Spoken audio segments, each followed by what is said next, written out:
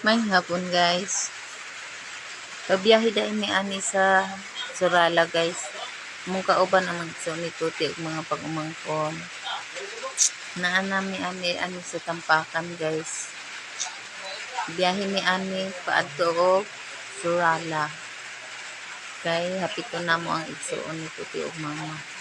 Nana dai mi diri sa Surala guys, mao ni ang ilaang plaza dinhi. Limpyo jud kaayo basta banwa sa Surala guys. Labi na diri sa ilang round ball nindot jud siya guys. Naanay mga Christmas decor sa ilang dalan. Gwapo na siya tan-awon guys pagkagabi ana. Ang hapit ni ani guys kay ang iyang mama magpahapit sa mga manakay daw kuno. Unang hapit na lang ni kay manglaktod na lang ni ani sa Santo Niño. Nanadaay ni diri sa Santo Niño guys, mao ni ang mga basakan diri, makita gid ninyo nga unsa kalapad ang basakan diring dapita guys. Nindot jud siya tan-awon. O naana ni ani sa round ball sa Norala guys. Norala man daw kuno ni.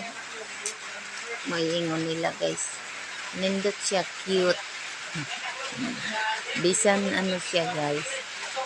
Nindot jud siya. Bisan mura siya o tawa ang tan-awon. Nindot jud